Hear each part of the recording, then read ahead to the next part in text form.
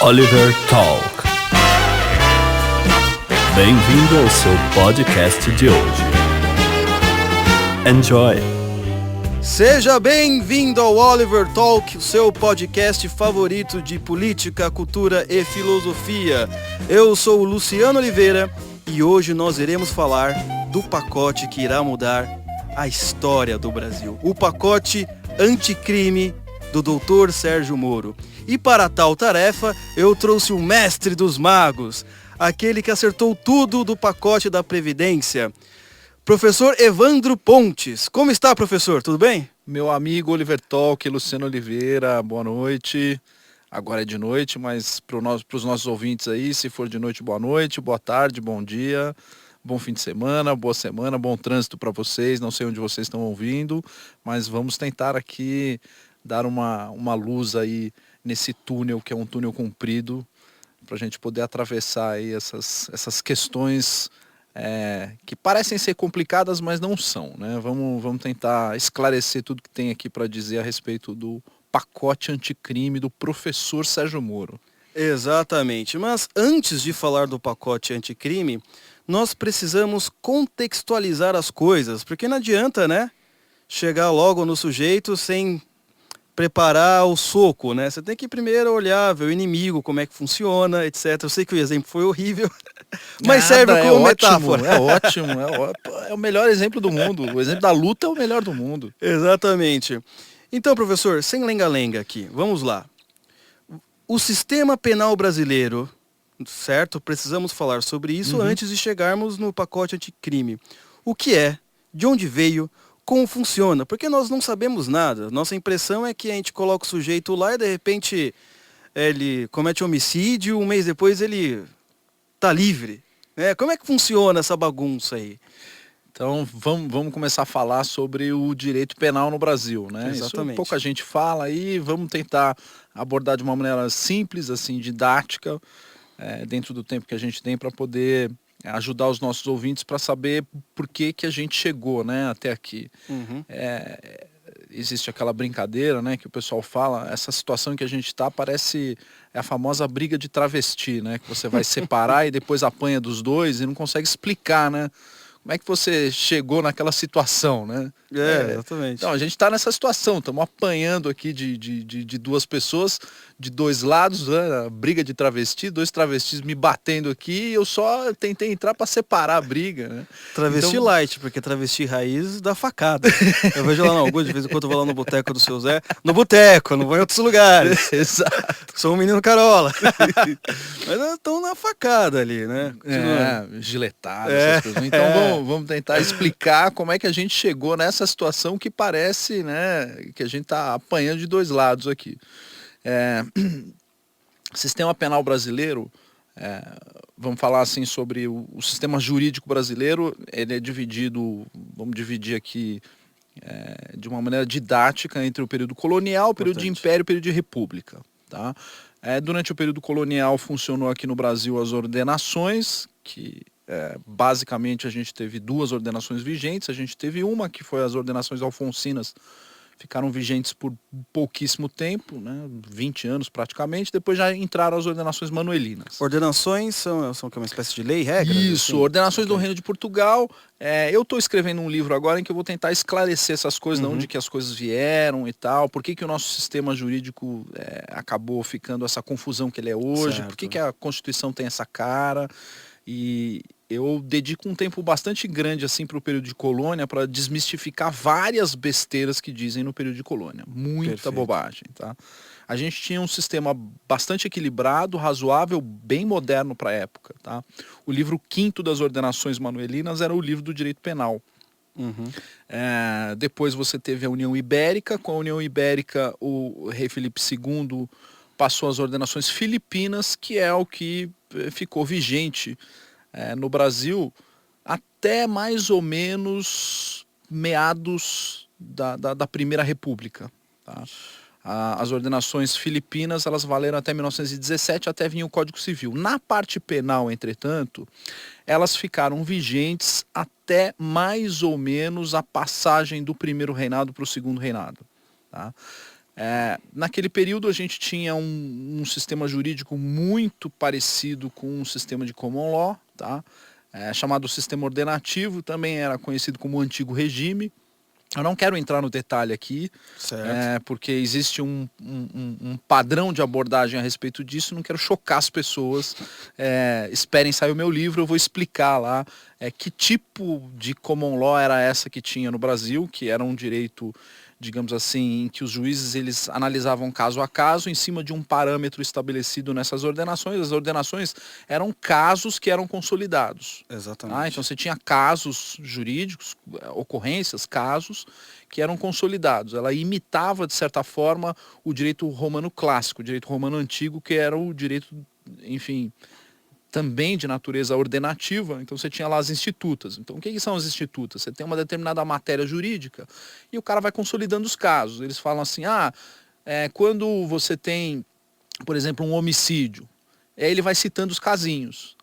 Teve um homicídio assim, assim, assim, assim, e a regra naquele caso foi tal. Do jurista Paulos, ou do jurista Adriano, do jurista tal. Ele vai fazendo uma listinha de regras. E essas regras vão sendo consolidadas ao longo do tempo e você vai, digamos assim, acrescentando ao longo do tempo a experiência que vai sendo acumulada. Sim. É isso, as institutas são isso, e as ordenações, digamos assim, elas começam no século XIII, né, em Portugal.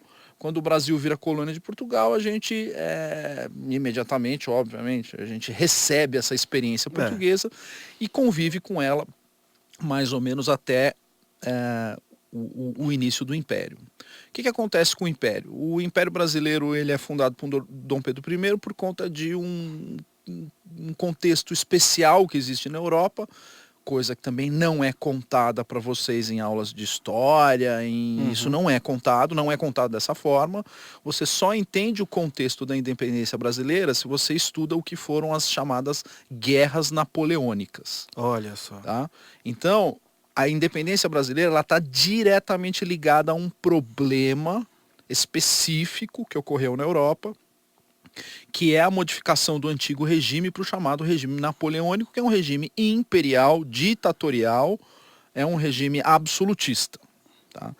Isso também é um outro detalhe, né? Você vê como são as coisas das narrativas, né? O nosso mestre do senso em comum, que é o Flávio, é o maior especialista disso, né? Você vai lá e dá uma carga muito especial a uma determinada palavra. Exatamente. Então, uma das safadezas dos revolucionários franceses foi a ressemantização do termo absolutismo. Ao tempo em que o antigo regime ocorria, ninguém se chamava de absolutista. É claro. Isso foi reescrito na história para dizer assim, eu, Napoleão Bonaparte, que sou um absolutista, chamar-me-ei de imperador democrata e de imperador benfeitor da humanidade e chamarei meus inimigos de absolutistas, sendo que na prática o absolutista era ele. Então qual foi o papel do Dom Pedro aqui? Preservar ao máximo um regime jurídico do qual ele era o herdeiro principal, aquele antigo regime. Então ele não tinha muita alternativa ali, ele tinha que absorver alguma coisa desse novo regime, não tinha como lutar totalmente contra aquilo. Então a Constituição de 1824, ela na verdade faz essa combinação entre antigo regime e esse novo constitucionalismo, essa nova era do direito que veio com a Revolução Francesa, que era uma época de constitucionalismo. Olha só. Então o mundo passa a ser regido por uma Constituição. Isso não existia. O antigo regime ele não reconhece o conceito constitucional. Então eu fiz toda essa introdução aí para explicar onde é que entra o direito penal nessa história. Então o direito penal ele era uma parte das ordenações, era o livro 5º das ordenações, ele está dentro de um contexto maior. Né? Então você não tem uma Constituição, você não tem códigos, você não tem nada disso. E quando você diz Constituição, você está falando como se fosse a Constituição americana, Isso, Constituição exatamente. brasileira. Isso. Antes isso não existia no mundo? Tipo, Não. Uma Não. Magna Carta Não. dizendo... Não existia. Nossa, eu estou chocado agora. Não. Você Você acabou com tinha a com minha Magna infância. Carta de 1800. Então, vamos lá.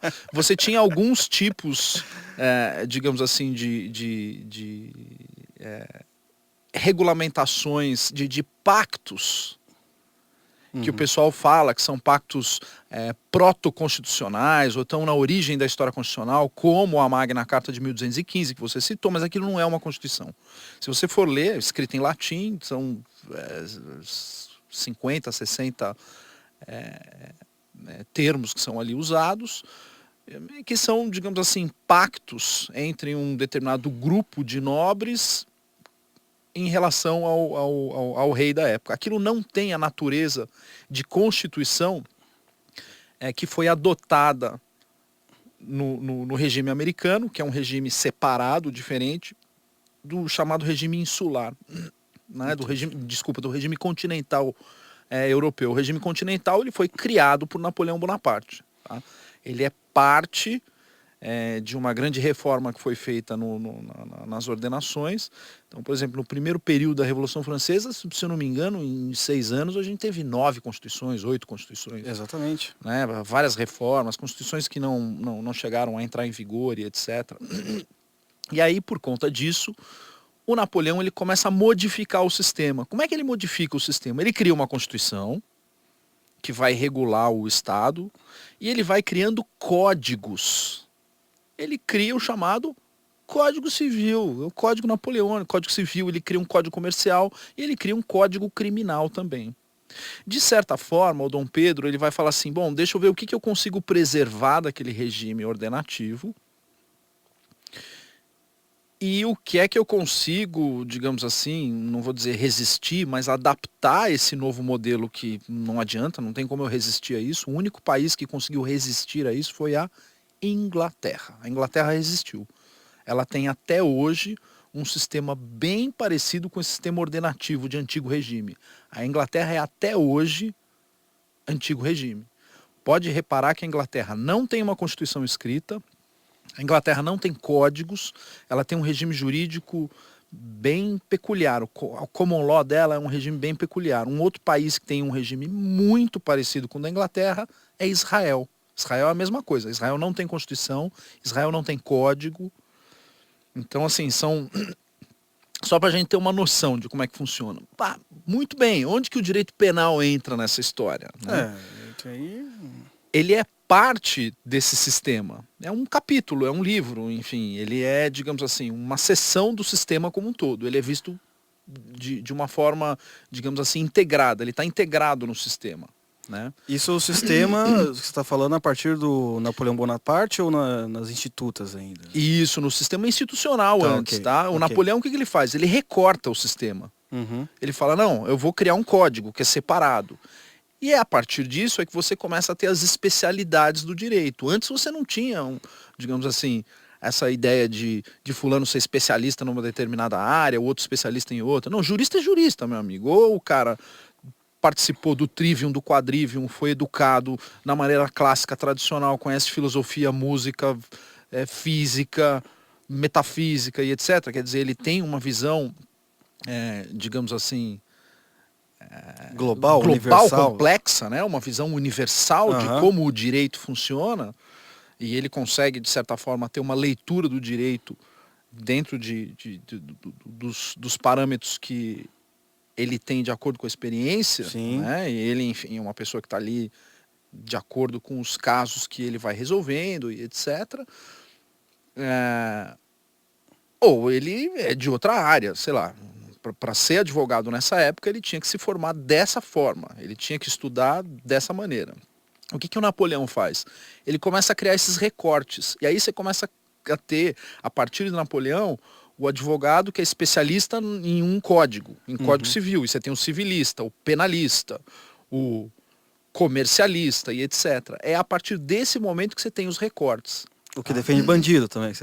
Isso, o que defende o bandido do colarinho branco, o que defende o bandido normal, o que defende o bandido bonito, o bandido feio e tal. Aí você tem ali as divisões, né?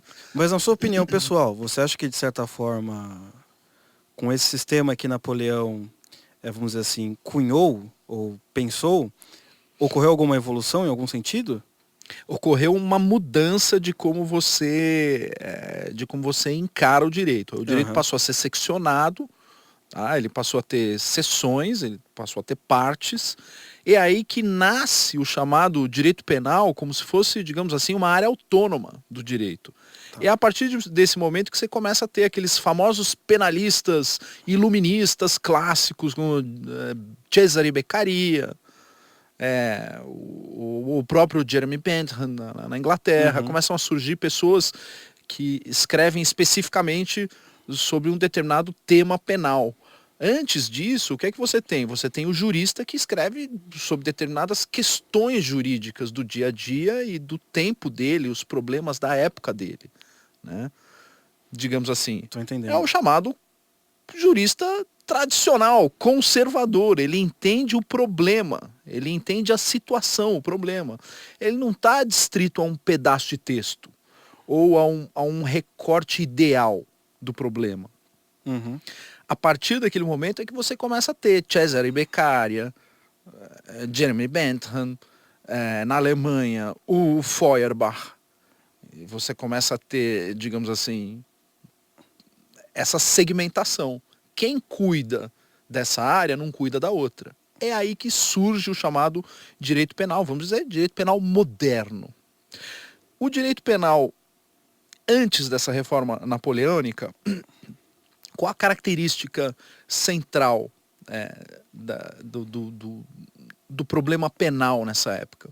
Quando você olha o livro V das ordenações, ou até os problemas penais que existem nas institutas ou no direito romano tradicional, você vê uma carga moral muito grande. Então, o sujeito tinha que ter um profundo conhecimento dos problemas morais, né? A gente tem que citar, não tem jeito, tem que citar. Tem que citar citar o professor Olavo. Cara, tem que ter um profundo conhecimento dos 4 discursos aristotélicos. Ele tem que ter um profundo conhecimento de como é que funciona a sociedade, a cabeça do ser humano como um todo. Então, você via nesses antigos juristas, né, principalmente os romanos, Gaio, Juliano, Adriano, esses juristas clássicos, né, do direito romano clássico, o que você acaba notando é uma carga muito grande da moral. E a partir mais ou menos do século VIII, e aí a gente começa a pegar os glosadores, que são, digamos assim, os chamados senhores das leis, né? No período da Alta Idade Média. Então a gente está falando do século VIII para frente. A Curcio, Bártolo. Bártolo já é baixa Idade Média, já é século XII, XIII mais ou menos. E esses juristas medievais que são fortemente influenciados por Santo Agostinho e por São Tomás de Aquino. Que de carga moral esses caras entendem muito bem. Né? Exatamente. Então o que acontece? Você tem uma forte influência da religião como um todo, tá? E de aspectos teológicos.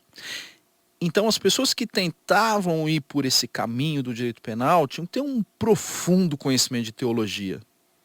Mas um conhecimento muito profundo de teologia. Não é aquele conhecimento superficial de teologia.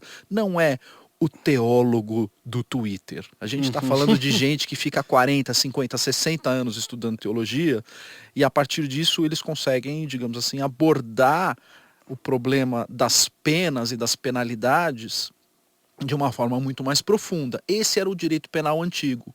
O direito penal moderno, o que é que ele faz? Tenta refazer um recorte, como se fosse uma categoria lógica, extirpa todos os outros discursos anteriores e tenta jogar o direito penal como se fosse um joguete da lógica dentro de um código fechado, com disposições, digamos assim, fechadas, que são os tipos penais, as descrições, com algum mecanismo lógico para dizer se aquilo é ou não um crime, se tal situação é ou não é.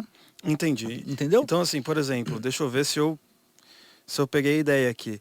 O penalista moderno, como ele fez esse recorte, por assim dizer, metodológico, ele não sabe exatamente as origens das ideias, os valores morais e etc. Então, quando ele tem que aplicar a lei, ele se baseia na letra fria. da Exatamente. situação. Exatamente. Mas assim, então ele pode ser muitas vezes, ele pode muitas vezes querer mudar a lei, não por causa de um estudo profundo, teológico, dos problemas da moralidade, mas simplesmente pelo sentimento que ele pode ter assim, eu acho que isso não é legal para mim, não é legal para as pessoas que estão comigo, então eu vou Esse já é um mudar a lei. Esse sabe? já é um segundo momento. A gente já está falando da introdução do progressismo no direito penal. Desculpa. Esse já é um outro momento. Não. Na medida em que você cria um arcabouço lógico para aquilo, a gente está falando de um período pré-marxista. Marx não era nem nascido nessa época, mas você já começa a criar, digamos assim, um arcabouço, e a partir de Napoleão, e a partir da Revolução Francesa, Sim. você já começa a tentar seccionar o direito como um todo de outras áreas e criar um direito amoral. Entendi. Um direito que não se relaciona com moral, com outras questões, e você começa a criar um direito. Tem muita gente que fala de laicismo, né? De Estado laico e tal, mas Estado laico é o cacete, entendeu? O direito hoje ele não está num espectro laico, ele é ateu. Uhum. Então, as pessoas começam a encaminhar aquilo que começa com um laicismo, um secularismo, e começam a tornar o direito algo ateu, sem a presença de Deus, sem a presença da teologia, sem a presença de outros elementos culturais extremamente importantes no dia a dia das pessoas que tomam decisões, né? Até aquelas decisões do tipo, vou puxar o gatilho ou não. Aproveitando para tirar uma dúvida, por exemplo, nós sabemos que na era social, na parte social, por exemplo, no Iluminismo, com Voltaire, Diderot, toda essa galera, eles queriam criar uma sociedade a partir dos modelos mecânicos do Isaac Newton, por exemplo, né? Exato, exatamente. O direito também entra nesse Exato, mas sem sombra de dúvida, sombra de dúvida. Se você for ler o Jeremy Bentham, ele tem a famosa passagem dele, ele era um utilitarista, um iluminista utilitarista, mas a abordagem que Bentham tem para o direito penal, por exemplo, em que ele enxerga é ele que começa com essa história de ressocialização. Ele cria a história do panótico, né? O panótico ele já está previsto em Cícero, mas ele reforma completamente o conceito de como a pena tem que ser, digamos assim, holística e recuperar e etc. Por que isso, né? O direito penal, na sua essência, ele é retributivo. Ele não tem natureza educativa. Fez merda, tem que pagar. Fez merda, tem que pagar, exatamente. Ele é essencialmente terreno. Ele não tem nenhuma natureza educativa. Essa é a maior mentira que eles contam. É a natureza educativa, recuperar e dizer que não sei o quê, que a cadeia educa. Mas da onde tiraram isso aí? Que vai ser uma maluquice, uma safadeza, uma sem vergonhice isso. Razão pela qual os únicos que conseguem identificar na pena um caminho de recuperação são aqueles presos que acabam, ou aquelas pessoas que têm uma experiência, digamos assim, uma experiência penal, que passa pela religiosidade. Exatamente, são aqueles presos que acabam, digamos assim, indo para o lado evangélico e começam a se utilizar do momento de cumprimento de pena para se aprofundar espiritualmente. Mas não é a cadeia que está recuperando esse cara. É óbvio que não é a cadeia. Se eu tivesse levado essa pessoa para uma outra situação, ou para um outro contexto, enfim, ela ia, de certa forma, se recuperar, não porque ela está presa, é porque ela buscou um outro caminho espiritual. Agora, dizer que a pessoa, sem acreditar em Deus, presa naquele sistema carcerário, enfim... É que você não gosta do Drauzio Varela. Mas o Drauzio Varela sabe. O Drauzio Varela sabe o que é que recupera. Ele fica com essa historinha. Você não gosta do Drauzio Varela? Ele fica com esse lenga-lenga, mas lá ele teve no Carandiru, ele sabe como é que funciona. Ele sabe o que de fato acaba recuperando, né? Então essa é a grande característica desse direito moderno. Ele tira todo o elemento moral, teológico, para tentar criar, digamos assim, um direito abstrato, não espiritual, enfim, é aquela coisa kantiana Uhum. do imperativo categórico. Eu crio uma categoria jurídica que, de certa forma, eu vou conseguir aplicar aqui uns princípios e etc. E acabar, de certa forma, cumprindo com as funções daquele mecanismo, daquele sistema fechado e etc. Eu tenho uma outra dúvida também. Eu acho que eu represento ouvinte aqui. Nós já chegamos na Era Moderna? Senão eu deixo para perguntar na Era Moderna. Vamos lá. Vamos chegar na Era Moderna. Só para a gente então. concluir, a gente tinha aquele sistema ordinativo, veio a Constituição em 1824. Na Constituição, o próprio Dom Pedro dispôs na Constituição que as ordenações que estavam em vigor na época, que eram as ordenações filipinas, que foram reformadas em 1750 pelo Nuno Duarte do Leão, não lembro qual que é o nome do jurista que representava o Pombal na época, eram já ordenações reformadas. Ele disse que as ordenações ficariam em vigor até que se criasse um código penal, um código civil e um código comercial para o reino. Tá? O Código Civil acabou não sendo criado, as ordenações vigeram durante todo o Império para questões civis, mas foi criado sim um Código Criminal do Império. O Código Criminal do Império é de 1840, já num período pós-Dom Pedro. O Dom Pedro abdicou em 1837. Em 1840 a gente já tinha o período de regência, né? E ali, durante o período de regência, o Feijó conseguiu organizar algumas coisas, e ele organizou, digamos assim, o sistema jurídico penal brasileiro e adaptou várias regras ordenativas para aquele novo modelo de império. Uma característica interessante do Dom Pedro é que ele não seguiu 100% Montesquieu, né? Na tripartição absoluta dos poderes. Ou Montesquiel, como disse o nosso Montesquiel. amigo do MBL. Continua. O Montesquieu tinha lá a sua teoria da tripartição dos poderes, e o Dom Pedro, ele criou uma constituição, digamos assim, extremamente interessante, em que o Brasil ele era regido por 4 poderes, formalmente, né? Poder legislativo, poder judiciário, poder executivo e o poder moderador. Quer dizer, o poder moderador era o elemento que ele conseguiu trazer do sistema ordenativo anterior para tentar mesclar esse constitucionalismo com a experiência que ele não podia descartar. Né? Então a experiência portuguesa foi extremamente rica. Aliás, isso é uma coisa que me deixa bastante irritado, né? É o brasileiro que fala que a culpa do país... Eu cheguei a contar isso num pod anterior, né? Que a culpa do país é por conta da colonização portuguesa. A colonização portuguesa foi maravilhosa, a gente aprendeu coisas sensacionais.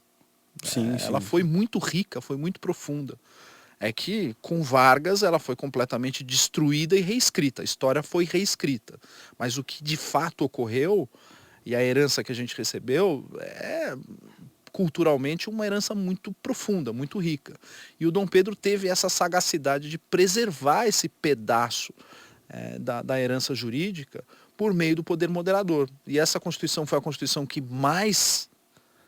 menos teve emenda, que mais tempo sobreviveu, e ela tinha um dispositivo. Olha, se necessário for, a gente vai criar uns códigos aí e tal, para atender esses princípios. O Código Civil nunca foi criado, o Código Comercial foi criado em 1850, dizem que por grande influência do Barão de Mauá, o Código Criminal, chamado Código Criminal do Império na época, é de 1840, e ele adapta várias questões do direito criminal ordenativo, colonial, para um período imperial. Ali, o que é que a gente tinha naquele direito criminal do Império? Uma grande liberdade para regulação local. Então, ele cria todo um sistema jurídico penal em que as vilas, as províncias e etc. tinham grande liberdade para poder regular as questões relativas a crimes e punições. Seria um federalismo, de certa forma? Mais profundo ainda, né? Ele é common law mesmo. Você tem a liberdade da autoridade local para criar determinados parâmetros que regulam e colocam aquela comunidade, aquela vila, em paz, né? Agora, não gostou do jeito que é o direito penal aqui, então você pega as suas trouxas e vai para outra vila, que é mais progressista ou menos progressista. Perfeito. Quer dizer, você tem a liberdade da autorregulação local. Não é bem uma autorregulação, mas é como a sociedade acaba se entendendo. Você tem um papel muito importante do júri, portanto a sociedade tinha um papel muito importante no julgamento dos seus pares, né? Então o júri é isso, são pessoas comuns que vão ali ouvir argumentos das duas partes, é o próprio povo julgando, né?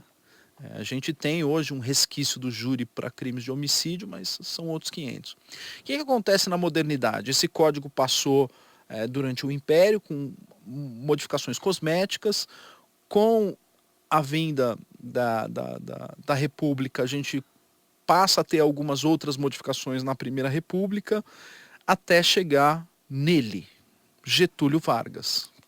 Chegando em Getúlio Vargas, ele cria o Código Penal, que é o Código Penal que está em vigor até hoje. Meu Deus. O Código Penal brasileiro foi criado por Getúlio Vargas, ele que reforma o sistema em 1940, no auge do Estado Novo, e cria o chamado Código Penal. Pelas mãos do mesmo cara que criou o Estado Novo, um cara chamado Francisco Campos, vulgo Chico Ciência, um cara profundamente ligado ao integralismo brasileiro, né? Com ideias, e aqui eu não estou empregando essa palavra no sentido que os esquerdistas gostam para xingar o Chico Ciência, né? Isso é a constatação de um fato. Tá? O Chico Ciência, ele era um cara profundamente associado a ideias fascistas, ele era fascista. Né? Ele tinha ideias que eu ia perguntar. que seguiam o Enrico Corradini e os grandes fascistas que fundaram o fascismo italiano. Ele era associado a essas ideias. Então o Código Penal ele tem uma grande associação a ideias de natureza fascista. Exatamente assim. Como o nosso direito trabalhista, pelo menos a carteira de trabalho criado. Todas as leis época. dessa época têm essa característica, né? Mas depois da Nova República, o pessoal manteve? Em 1980, na década de 80, 84, não 86, mudaram nada, não os caras também tudo esquerdista, né? Então, o que acontece? A gente mantém essa merda aí. Mas olha só, eu não me lembro se a lei de execuções penais e a reforma do código, qual foi primeiro, mas elas aconteceram. Eu acho que a lei de execuções penais é de 84 e a reforma da parte geral do código é de 86, porque um código ele é dividido em parte geral e parte especial. A parte geral, ele vai dizer o que é pena, o que é crime, quais os tipos de penas que existem, prescrição, ele fala da parte geral. A parte especial, ele vai listar os crimes. A parte geral do código, que é a definição do que é crime e como o sistema tem que funcionar, foi reformada, se eu não me engano, em 86. Tá? E nessa reforma de 86 a gente aprofundou mais ainda esse caráter, digamos assim, pseudocientífico do direito penal. Aprofundou mais ainda. Basicamente a letra mudou, mas eles mantiveram a mesma ideia com uma maior radicalidade. Exato. Você teve uma radicalização do direito penal e aprofundando esse aspecto pseudocientífico, né? Eu digo pseudocientífico porque se você chega numa situação, como uma situação jurídica, e você tenta extirpar o elemento ético, o elemento moral, o elemento teológico, principalmente de uma seara do direito como direito penal, você está cometendo uma grande fraude intelectual naquela área e criando, digamos assim, um absolutismo, uma coisa, enfim, que fica totalmente legada ao sabor do julgador. Sim. Né? Deixa eu então voltar agora, chegamos aí na Era Moderna, voltando à minha dúvida. Eu confesso para você que talvez eu seja uma das pessoas que a única coisa que sabe de direito penal antigo é aquilo que vem em filme de Hollywood, então não sei basicamente nada. Mas a impressão que dá, nós que temos uma cultura penal de almanaque, é que o direito penal antigo, ele é muito mais rígido comparado a esse moderno. Tem a ver com aquilo que você disse?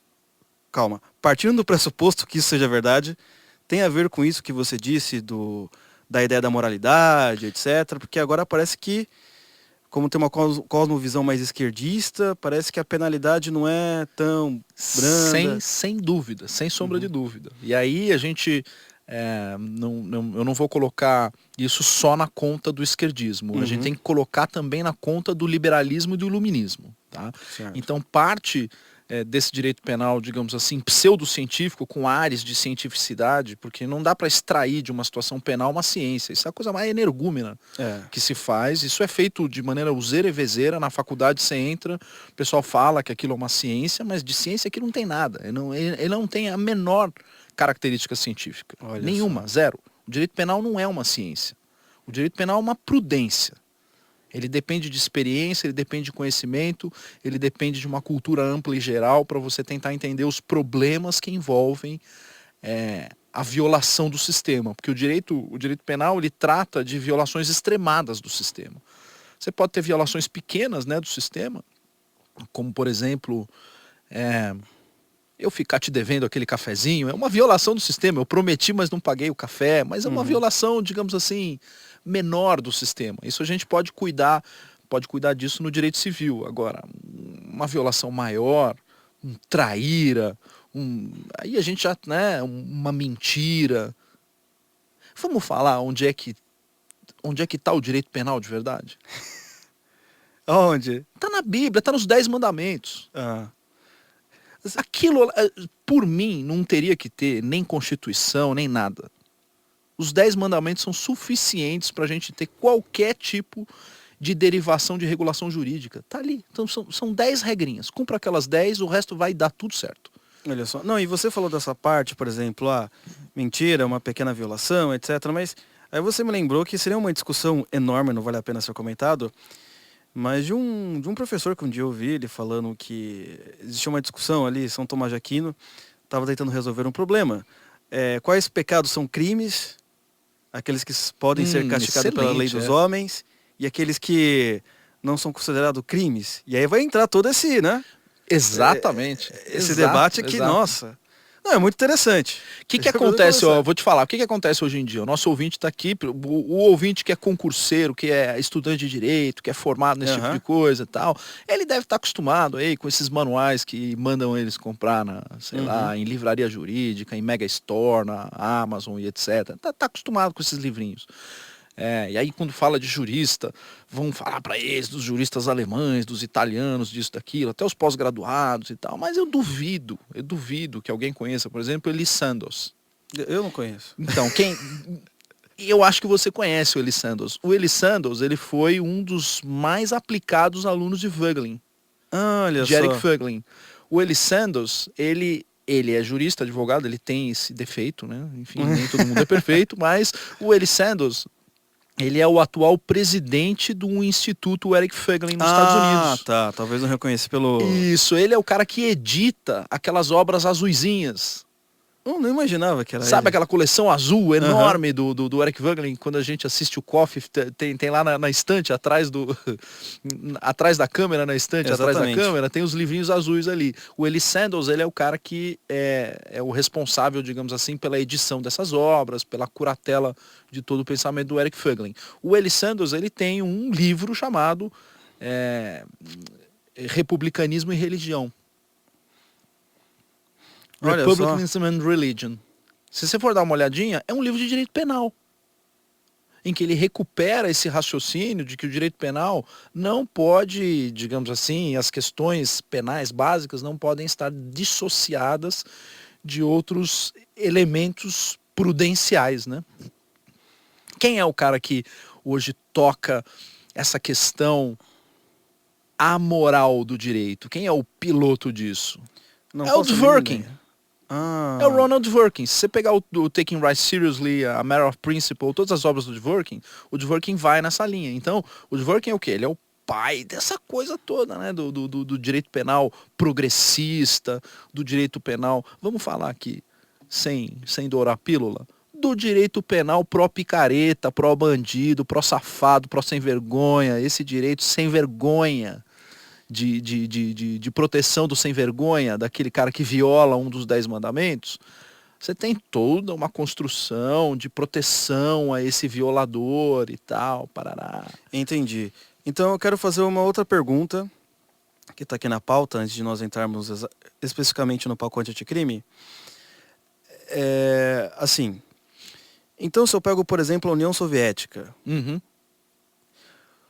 a partir do momento que você está numa sociedade que é regida pelo materialismo histórico, Uhum. que você tira o conceito da moral divina, imutável, etc., o direito penal ele vai acabar sendo aquilo que, vamos dizer assim, o burocrata iluminado Uhum. Uhum. acaba decidindo. E a partir disso, já elencando a outra pergunta, é por causa desse conceito de direito penal, dessa ideia nova que surgiu, quer dizer, já existia, mas foi radicalizada na nova república, que teve um aumento da criminalidade? Tem alguma relação ou não? Então, aí a gente tem que separar as coisas. É. Né? A gente já chegou na Idade Moderna, tal, o marxismo já está como um pernilongo noturno aqui, Uhum. zumbindo na nossa orelha e tal. Como é que o marxismo ele acaba entrando no direito penal? Né? As pessoas têm uma dificuldade muito grande de perceber quando uma ideia jurídica tem natureza marxista. É muito difícil. É muito difícil você dialogar isso com o aluno, né? É muito difícil você chegar na sala de aula e explicar para o aluno a origem de determinadas ideias. O aluno de direito ele não tem essa estrutura, digamos assim, holística, né? Ampla, cultural e etc. E às vezes, pelo fato de ele ter sofrido aquela lavagem cerebral de que o direito é um negócio separado, ele tem uma dificuldade de fazer essas pontes. E às vezes quando você faz a ponte para ele tem dificuldade de aceitar, né? O red pilling no direito é muito complicado. Na filosofia é mais simples, no direito é muito complicado, o aluno não aceita. Mas vamos lá. Esse ponto de como o progressismo entra na matéria jurídica, você tem um direito, digamos assim, de natureza soviética, e o direito penal soviético tem uma característica muito específica, tá? Assim como o direito penal chinês, que está em vigor até hoje, tá? Foi um dos primeiros mecanismos. O Mao Tse-tung, ele começa a fazer a revolução, antes da Revolução Cultural, ele faz a Revolução Comunista na China, né, com a Grande Marcha e etc. Mas os primeiros mecanismos jurídicos que ele utiliza para poder implementar a revolução dele é no direito penal. Assim como os russos em 1917, depois com Lenin na década de 20, o direito penal tem uma forte característica, um forte elemento para esse tipo de revolução comunista, digamos assim, o comunista clássico, que é aquele comunista mais fedidão, com cheiro de cachaça, sabe, aquele comunista, né, do sindicato, barbudão. Pró-armas. Pró-armas. É o comunista pró-armas, exatamente. É aquele comunista clássico, né? Que é o modelo soviético. Esse modelo soviético, ele pode reparar que a Revolução Russa, ela se utiliza bastante do direito penal por intermédio dos purges. Né? As grandes... Como é que a gente fala em português isso aí? Purgar? Mas eu não o- sei como é exatamente na União eu Soviética. não sei. Purgar seria espécie de limpar o sujeito, Isso, purificá-lo. Isso, antes da Revolução Russa você teve os pogroms, né? Contra os pogroms contra os judeus na antiga Rússia. E depois os pogroms eles foram reformulados para as grandes purgas, né? Os grandes purges. O Mao Tse-tung, ele fez 2 ou 3 na China. E essas purgas, elas são... o mecanismo utilizado é o direito penal. A Revolução Cultural, o que é a Revolução Cultural que não uma reforma do direito penal chinês? Com uma radicalização absoluta para perseguir os inimigos e colocar os inimigos debaixo de uma determinada ilegalidade. Portanto, para esse comunista pró-armas, né, esse mais fedidão, barbudo, que não usa desodorante, que não escova o dente e tal, esse comunista clássico, o direito penal é um instrumento de controle extremamente importante. É diferente desse direito penal progressista que tem cheiro de maconha, entendeu? Que é um direito penal mais PSOL. Esse direito penal mais PSOL, do progressismo, ele tem uma característica muito mais de, digamos assim, de trabalho de social engineering, de engenharia social. O direito penal, ele deixa de ser um instrumento de controle para ser um instrumento de experiências sociais e de experiências sociais extremadas, gravíssimas. O que é que isso nos vem à cabeça? Quem é o grande ídolo da esquerda PSOL? É até citado no Tropa de Elite. É diferente daquele direito penal soviético. O grande ídolo? É o Foucault. É o Foucault, É o Foucault, né? Ele é até Foucault. citado no Tropa de Elite 1, né? Numa das passagens mais saborosas do Tropa de Elite 1, que o pessoal fala do Vigiar e Punir, ele é lido extensamente em aulas de direito penal, né? Aquela ideia Foucaultiana do direito penal, digamos assim, como uma experiência, como um mecanismo de experiência de social engineering e etc., ela na verdade começa com Hegel, né?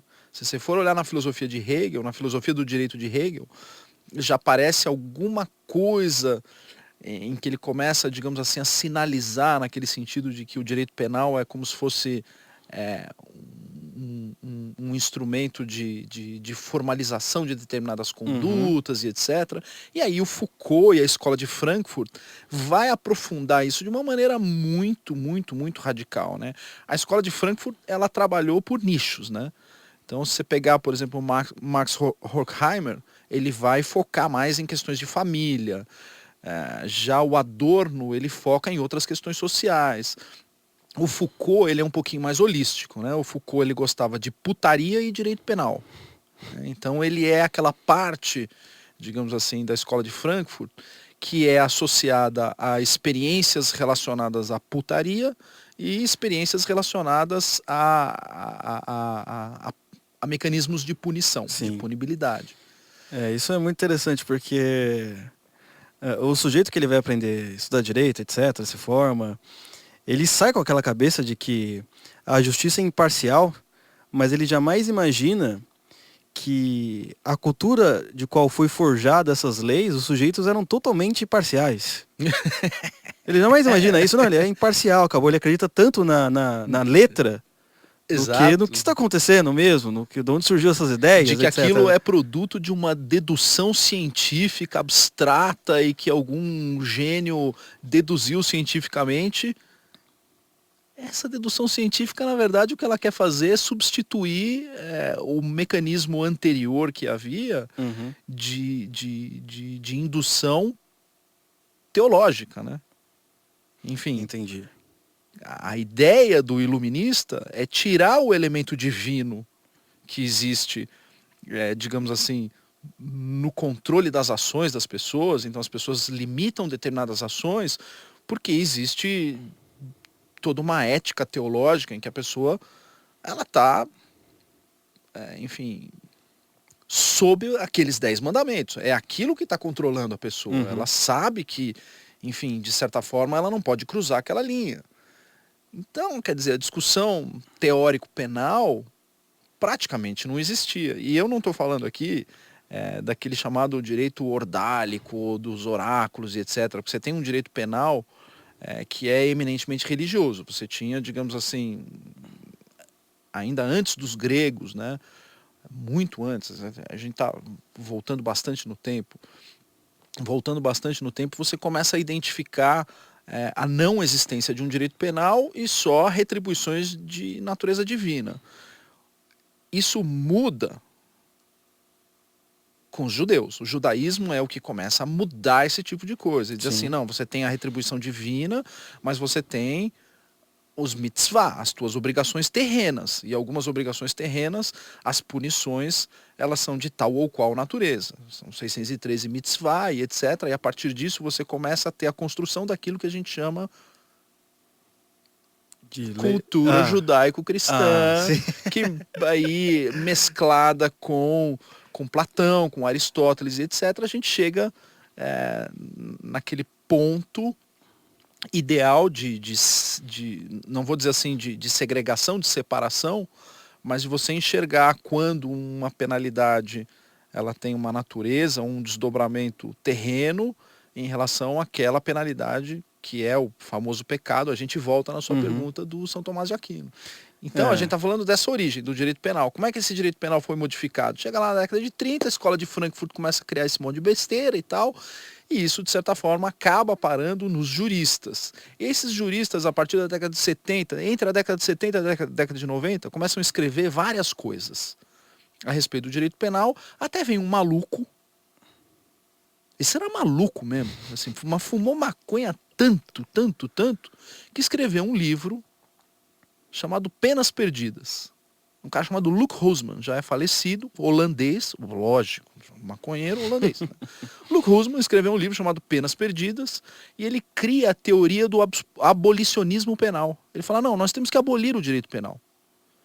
O ideal é nós termos uma sociedade sem direito penal, sem cadeia, em que cada um faz o que quer e etc.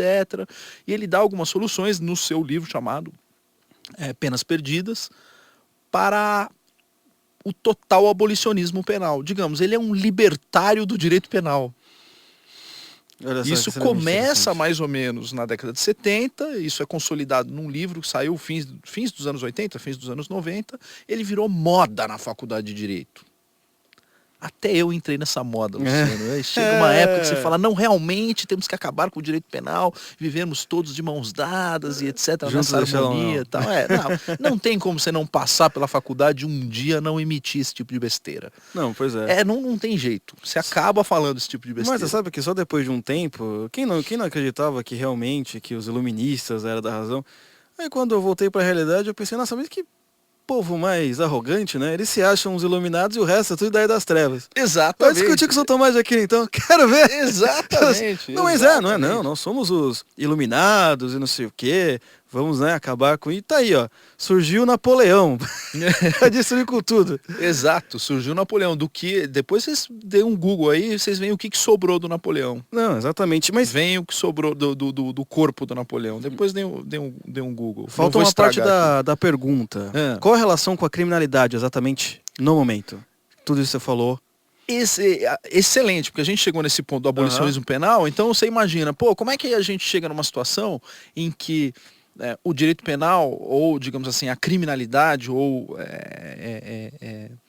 a imoralidade humana começa a cruzar certas linhas, ao ponto da gente ter 70 mil homicídios por ano, dos quais 1% é resolvido. Quer dizer, como é que a gente chegou nesse ponto, né?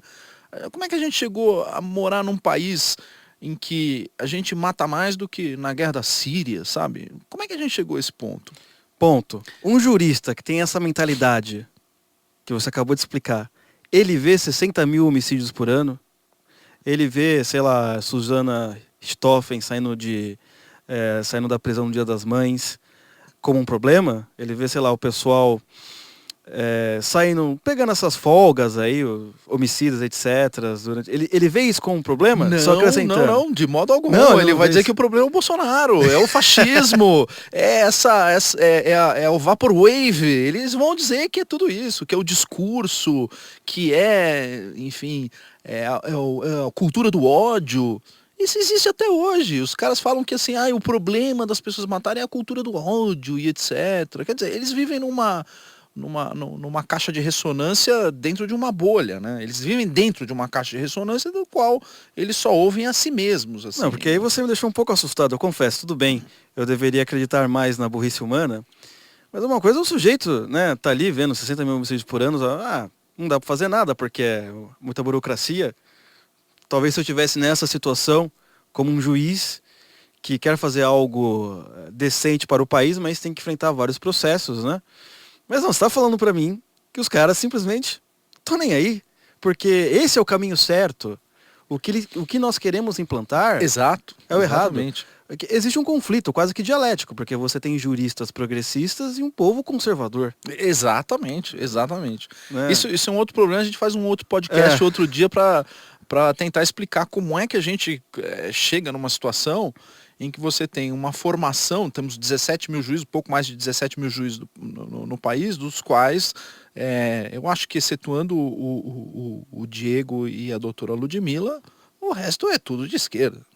Começa assim, né? né? Enfim, Começa com dois, a pelo gente, menos. assim, a gente tem ali, isso, no máximo, dá para contar nas mãos. Eu tenho os meus amigos, colegas de turma, alguns ali que são genuinamente conservadores, dá para achar alguns, 10, 15, e em 17 mil juízes.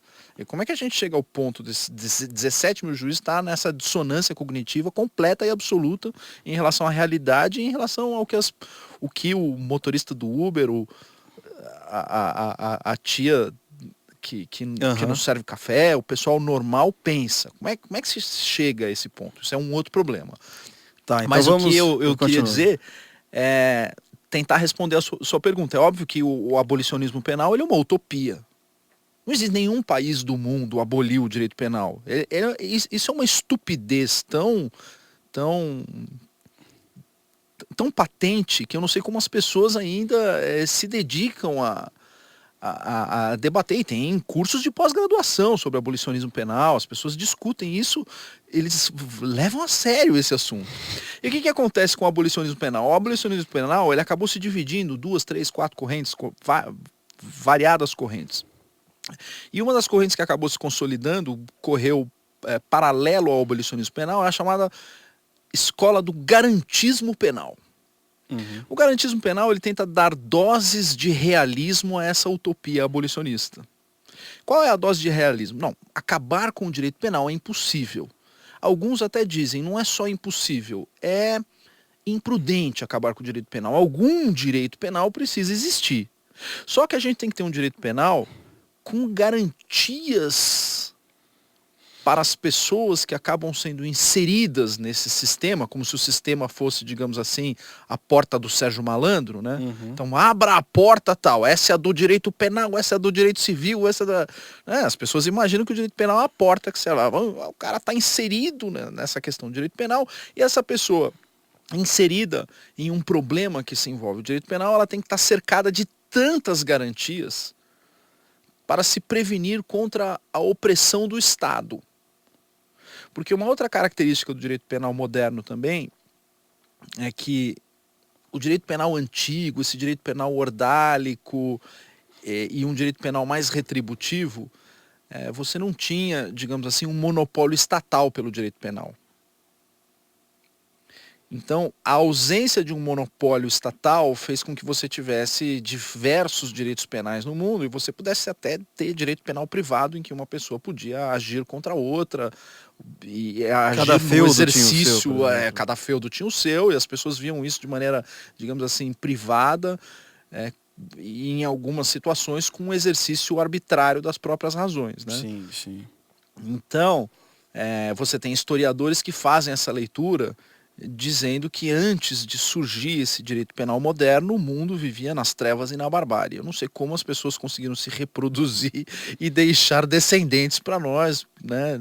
Em tempos, em quase 3 mil anos de barbárie, né? E alguns juristas vão dizer, nesse período você tem a possibilidade de um direito penal privado. Isso não é verdade. Eu vou abordar no livro, acho que não cabe aqui no podcast. Mas o grande lance, digamos assim, desse direito penal moderno é que você consegue visualizar um monopólio estatal do direito penal. Então, só o Estado pode se utilizar de força policial, colocar algema em alguém, levar para a prisão e dizer, você vai ficar aí 2 anos, você fica 5, você fica 10, você fica a vida inteira. Você já nem entra aí, você vem aqui, bota a cabecinha aqui que vai descer uma guilhotina e tal. Só o Estado pode determinar esse tipo de situação. Isso foi uma das coisas que o iluminismo trouxe. Uma visibilidade, não que não existisse antes, mas ele deu uma visibilidade a esse monopólio estatal. E aí o que o garantismo fala? Bom, como eu não consigo acabar com o direito penal, o que é que eu preciso fazer? Eu preciso fazer com que esse direito penal tenha uma quantidade robusta de freios, mecanismos de defesa, para que o cidadão inserido nesse sistema não seja oprimido pelo Estado. Para que o Estado não use o direito penal para oprimir esse sujeito. Essa teoria garantista, ela surge falsamente até como um regime anticomunista, como uma resposta, por exemplo, para o direito penal da Alemanha Oriental, para o direito penal soviético. Essa é a razão pela qual esse direito penal garantista, ele se consolida em fins da década de 80, começo da década de 90 e começa a surgir com muita força depois da queda do Muro de Berlim. Ele misteriosamente é uma resposta a essas antigas ditaduras de esquerda. Mas eu, muito tolo, idiota, imbecil que era, aos meus 19, 20 anos na faculdade de Direito, enxergava aquilo como um mecanismo de resposta às ditaduras do mundo como um todo e etc. E não via nenhum traço progressista naquele garantismo penal. Fui tão tolo a ponto do pai dessa porcaria, que é um cara chamado Luigi Ferraioli, que eu conheci o Luigi Ferraioli pessoalmente, eu fui um dos tradutores do livro Teoria Geral do Garantismo Penal. Pois é. Se você pegar o Teoria Geral do Garantismo Penal, chamado Direito e Razão, é um livro chamado Direito e Razão, você vai ver que um dos tradutores desse livro, foi feita uma divisão desse livro entre vários advogados, juízes, promotores, juristas e etc. Uma das pessoas encarregadas dessa tradução fui eu traduzi. Cheguei a conhecer o Ferraioli, etc. E eu acreditava piamente na época que aquilo era um instrumento para lutar contra as opressões estatais. E não fazia a menor ideia de que o Ferraioli era um puta de um comunista. E que ali, 20, 25 anos depois, ele ia chegar, vinha até aqui no Brasil e participar de eventos Lula livre, visitar o Lula na cadeia. Né? Eu não tinha a menor ideia na época, quando eu era estudante, porque eu não conhecia a origem das ideias e não conhecia aquilo que o professor Olavo manda a gente falar assim: investigue a qual mecanismo de poder essa pessoa está submetida, a quem ela deve, digamos assim, obediência. Na época eu não entendia, eu não conseguia visualizar a quem Ferraioli devia obediência. Hoje eu sei. Hoje eu já consigo enxergar, eu sei. E acabei entrando nesse mecanismo. Mas, enfim, eu acabei tirando uma limonada desses limões. Eu conheço o garantismo melhor do que qualquer um no Brasil. Isso é ótimo. Assim, estudei muito esse assunto e hoje eu já consigo enxergar o garantismo com os seus resultados, né? A teoria do garantismo penal, então, ela é isso. Ela cria mecanismos dentro do direito penal a partir, digamos assim, de 94, que você tem a Lei 9.099, que é a Lei das Pequenas Causas, Lei de Penas Alternativas. Então você começa a ter, dentro daquele direito penal que foi recebido pelo Getúlio Vargas e reformado em 86 pelo Sarney, na década de 90, você começa a fazer várias incursões no direito penal e no direito processual penal para tornar a aplicação da pena cada vez mais difícil. Você vai criando barreiras, vai criando mecanismos, você vai criando degraus que devem ser alçados pelo Ministério Público, pelos agentes policiais, pelos agentes de investigação, em que você vai tornando o direito penal, ele existe, mas ele vai ficando cada vez mais ineficaz. Ele é um abolicionismo de fato, Luciano. Essa é a sacada desses caras. Você não chega ao ponto de abolir completamente o direito penal, mas você faz com que o direito penal exista, mas não funcione. Essa é a sacada do garantismo. O garantismo é um grande golpe lógico no funcionamento do direito penal. Agora imagina, o direito penal ele já é amoral, ele não tem moral nenhuma, ele é ateu, ele já é iluminado, lógico. Qual é o último passo que faltava? Torná-lo ineficaz. Então ele existe, enfim, é como uma pessoa impotente que não tem prótese. Quer dizer, a coisa mais horrorosa do mundo, numa época sem Viagra. Ele está lá, ele existe, mas você não consegue utilizar. Vendo mulheres Exato. se balançando para ele, desculpa, moça. Não posso você fazer entendeu a nada. analogia. Não posso fazer. E nem quero ser monja, porque realmente eu sou incapaz. Não é? É uma questão... Aí nós entramos onde interessa aí na questão, né? Exato. Que você tem todo esse ambiente criado, enfim, por esse tipo de pensamento, por essas ideologias, por essas pessoas, principalmente quem faz a cultura são os atores, Exato. por essa hegemonia cultural. E aí temos Bolsonaro, chama Sérgio Moro, vamos fazer o pacote anticrime, tá? Aí a partir disso nós temos duas questões extremamente importantes.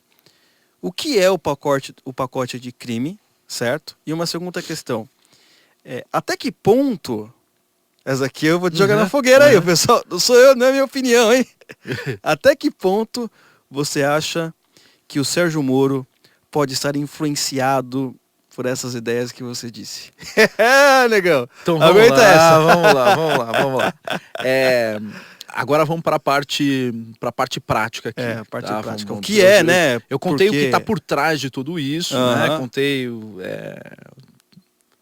o que é que a gente tem, os pilares que formaram, contei a história, assim, simplesmente a gente chegou, acendeu a luz, pegou o direito penal, tirou a roupa dele, mostrou, fizemos o exame, explicamos tudo bonitinho, Como consertar isso?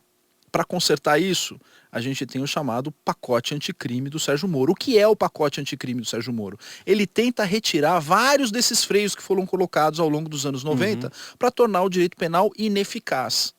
Ele é, digamos assim, a pontinha do iceberg para tornar o direito penal algo minimamente funcional na sociedade. Mas, de maneira nenhuma, ele se propõe a fazer a discussão, que eu entendo ser uma discussão ideal, que é discutir o direito penal num âmbito muito mais complexo, de valores, de ética e etc. Esse pacote não resolve esse problema, tá? Então, o que a gente tem nesse pacote? 18, 20 e poucos pontos, não me lembro de cabeça quantos pontos são, que tentam retirar várias dessas amarras, essas burocracias que são colocadas e que tornam, digamos assim, esse pacote do Sérgio Moro são uns 10 ou 15... É a prótese. São uns 10 ou 15 comprimidos azuis no direito penal para que ele volte a funcionar, para que ele volte, digamos assim, a ter alguma capacidade copulativa. Exatamente. Mas é interessante, muito interessante esse exemplo, porque ainda é aquele corpo com aquela prótese. Exato, o corpo é velho ainda, exatamente. Não um sujeito integral. Isso, renascido. É o corpo ainda velho, com as pontes de safena e etc., é ainda aquele corpo antigo, a estrutura judicial ainda é uma estrutura antiga, a estrutura de formação do juiz é a mesma estrutura antiga. Esse é o maior problema. O maior problema é como você forma a pessoa que vai operar isso. E o meio de formação é o pior que você pode imaginar. Então, o professor Olavo fala, uma das maiores tragédias humanas que a gente tem na história da humanidade são as universidades brasileiras, porque as universidades brasileiras despejam 50% de analfabetos funcionais no mercado de trabalho. As faculdades de direito, elas despejam, mas assim, eu não tenho qualquer constrangimento em dar esse número. As faculdades de direito despejam 100% de analfabetos funcionais na sociedade, porque o advogado e o jurista, etc., ele é condicionado a fazer leituras em que ele consegue extrair da chamada lógica jurídica conclusões tão estapafúrdias, jurídicas, assim, tão cretinas, que pessoas normais, né, que não frequentam esse meio, elas ficam espantadas, ao ponto do jurista falar, não, mas você não é do meu meio, você não entende a questão jurídica. Eu estou embasado na letra da lei, mas você não sabe ler, rapaz. Exatamente, mas não é o que está escrito aqui. Peraí, deixa eu pegar o artigo e ler para você. Não, aqui tem uma jurisprudência do STF, de acordo com o ministro Lagosta, que falou tal coisa, tal. Quer dizer, eles vivem dentro de uma bolha do qual ali 100% é analfabeto funcional. 100% das faculdades de direito. Esse é um outro problema, não vamos entrar nesse problema agora. Sim. Vamos só falar do Viagra. O que o Sérgio Moro faz é colocar 10 ou 15 bolinhas azuis para tentar fazer esse sistema voltar a funcionar, ter alguma alegria no seu funcionamento, porque ele não está mais funcionando. São 70 mil homicídios, mas assim, a gente está falando só dos homicídios, a gente não está falando de estelionato, a gente não está falando de estupro, de receptação, de interceptação telefônica criminosa, do qual eu tenho me debruçado bastante na minha conta no Twitter. A gente não está falando de outros vários problemas, corrupção ativa, corrupção passiva, peculato, concussão. Não é só o homicídio que disparou. A gente tem um disparo absurdo de várias coisas. Em praticamente todo o ordenamento. Esse, por exemplo, você pega o Lula. tá em Curitiba, com todas as regalias, ele tá lá num local que é melhor que a minha casa. Vamos ser sinceros. Não, muito melhor, o cara tem tudo. Não, recebe né? padre, jurista, recebe comentarista esportivo, Sim. tudo. Isso, esse privilégio, além de ser legal, pelo que eu estou entendendo, parte dessa concepção progressista, não é? Então, às vezes a gente vai reclamar, não tem que receber nada, o cara tá com muita folga, mas, tá garantido na lei. Exato, existe todo um mecanismo para garantir isso. Então, esse é um Aí, problema, não é? Vamos falar do Bolsonaro, que é a pergunta que você me falou. Assim, Uhum. O Bolsonaro, ele sente essa situação. Eu tenho certeza absoluta que ele não sabe isso que eu estou dizendo da forma com que eu expus aqui, essa questão histórica e etc. Ele não sabe, eu tenho certeza absoluta. Ele não sabe, mas ele sente.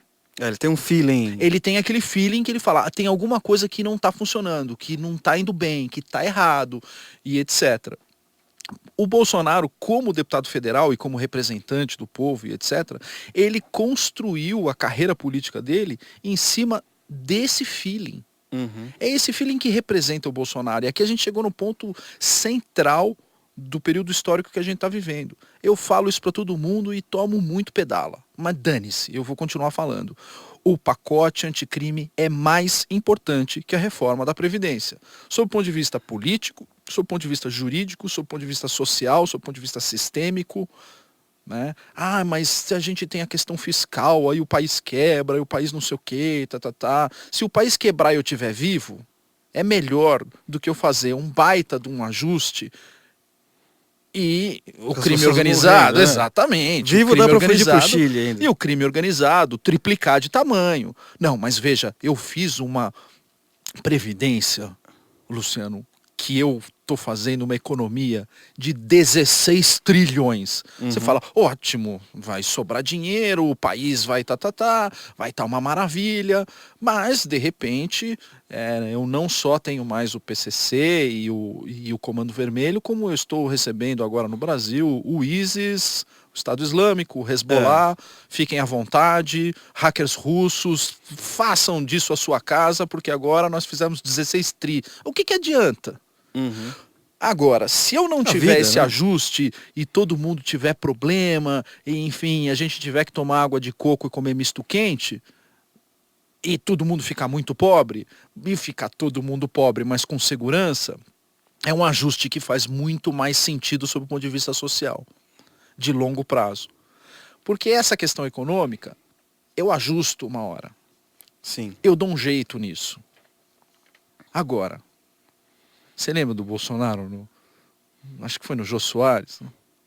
70 mil homicídios, não tem reforma para trazer de volta.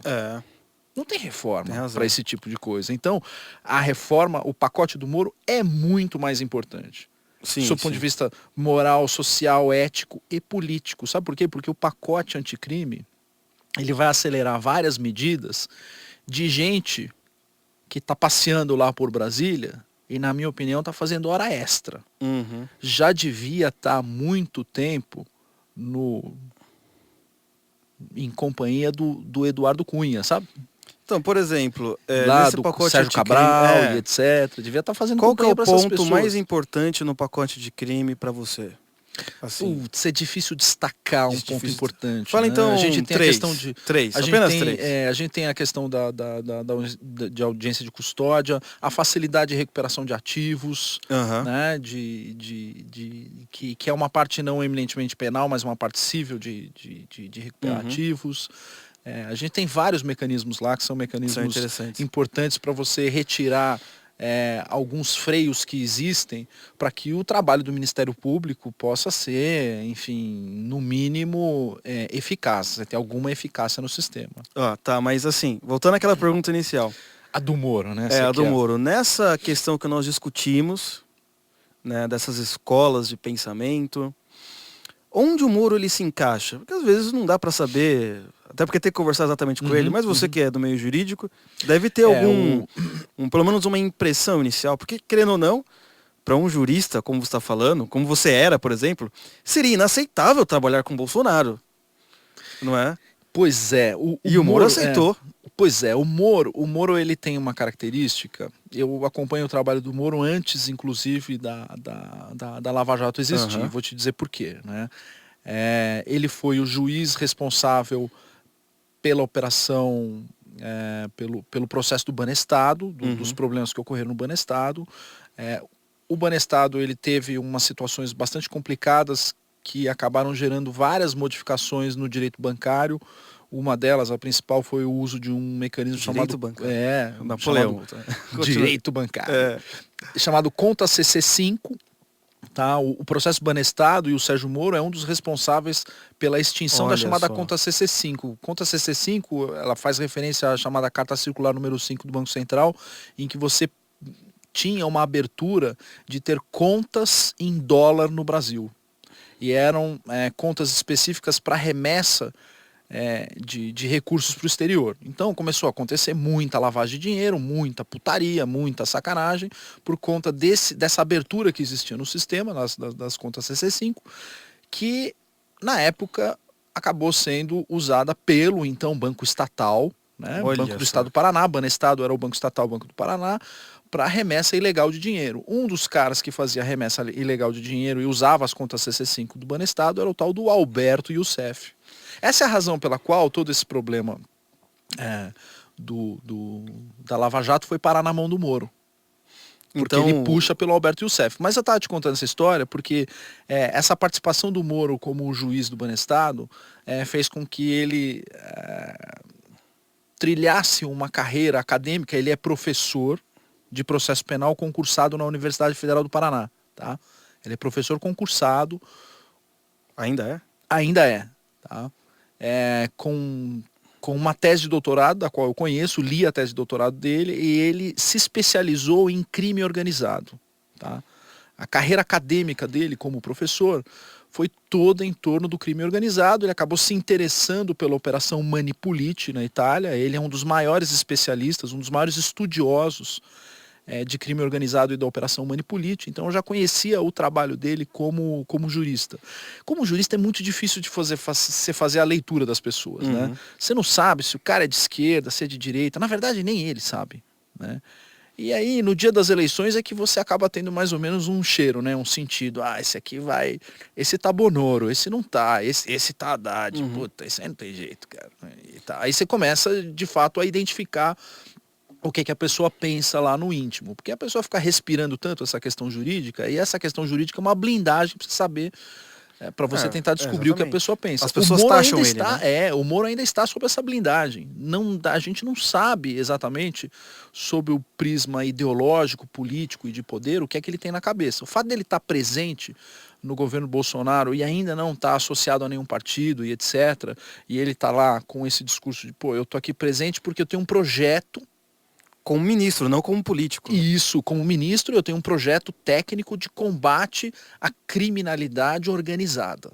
Ele está lá para isso. Sim. Para, isso é ótimo também. Para dar andamento a um projeto de criminalidade organizada. E ele viu no projeto do Bolsonaro como presidente uma oportunidade para que ele pudesse, de certa forma, continuar desenvolvendo o trabalho que ele vinha desenvolvendo na 13ª Vara Criminal de Curitiba, num outro âmbito que, no âmbito em que ele estava, já não era possível. O convite foi feito depois do Bolsonaro ter vencido as eleições, ao que se sabe, e, de certa forma, ele aceitou porque ele viu que as condições dele como juiz de direito não davam mais a oportunidade suficiente para que ele pudesse levar aquele projeto adiante. Que ele bacana, sentiu as dificuldades e falou, me parece que esse projeto do Bolsonaro vai dar as oportunidades necessárias. Negociou, aceitou e foi. Fez o projeto de lei, encaminhou para o Congresso, o projeto estava, de certa forma, desandando, tinha aquele negócio, né, do Maia jogar para o segundo semestre, aí veio a pressão, aí veio 26 de abril, botou aquela pressão, aí teve que pautar de novo, o projeto começou a andar, ficou naquela coisa, vai, não vai, e de repente eles acharam essa solução do Verdevaldo, né? Do Verdevaldo, mas calma aí, aguenta aí o Verdevaldo. Porque o Verdevaldo é importante para a gente dizer, para a gente poder fazer a análise correta, se isso vai de certa forma, emplacar, ou se a condição dele como ministro hoje vulnera a capacidade dos deputados de tocarem para frente esse projeto, né? Tá. Porque como o projeto tem até o nome dele, existe todo aquela coisa de que... mas calma aí. Teoria da que seguir conspiração, né? Olha, isso é importante. Para você, a esquerda coloca o Moro na direita, mas o Moro nunca disse nada, né? Pelo menos hoje, né? Você vê, né, com esses problemas do Verdevaldo, mas vamos chegar lá. E eu ia fazer uma pergunta que me sumiu da cabeça. Mas é o seguinte, continuando aqui. Esse pacote... lembrei da pergunta. Você acha que para a esquerda, não exatamente para a esquerda, mas vamos dizer assim, para os políticos corruptos ou para os poderosos de Brasília, qual que é o projeto mais perigoso?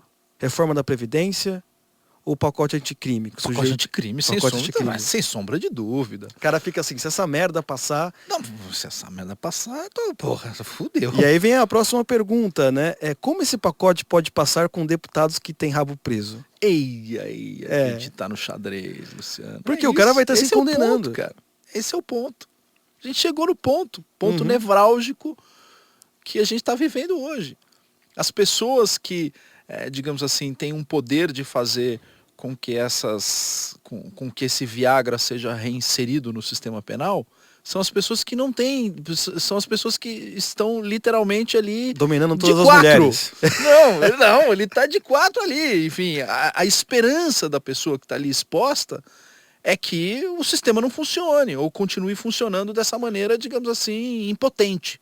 Sim. Então ele fala, eu sou o responsável de dar na boca do sistema o Viagra que pode eventualmente se voltar contra mim, mas de jeito nenhum, tem que matar esse troço aqui, não dá. Isso aqui não dá. Esse é o problema que a gente está vivendo hoje.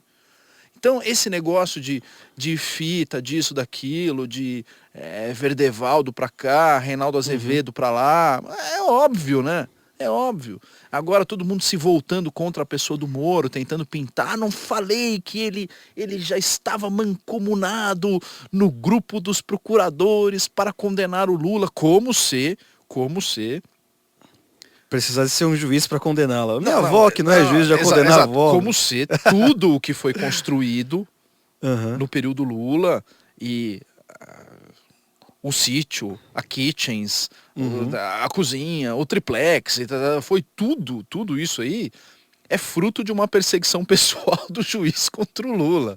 Quer dizer, isso é tão ridículo, isso é tão inverossímil, é tão descabido, mas o pior é essa narrativa ficar sendo colocada diariamente a ponto de você ter um pedaço sensível da população aderindo a essa narrativa destrambelhada, absurda, totalmente absurda, cuja finalidade é: vamos, em primeiro lugar, amenizar esse sistema, e segundo, eu até soltei uma thread hoje no Twitter, a thread foi consolidada pelo movimento Avança Brasil, tá lá no site do Avança Brasil e tá no site do Articulação Conservadora.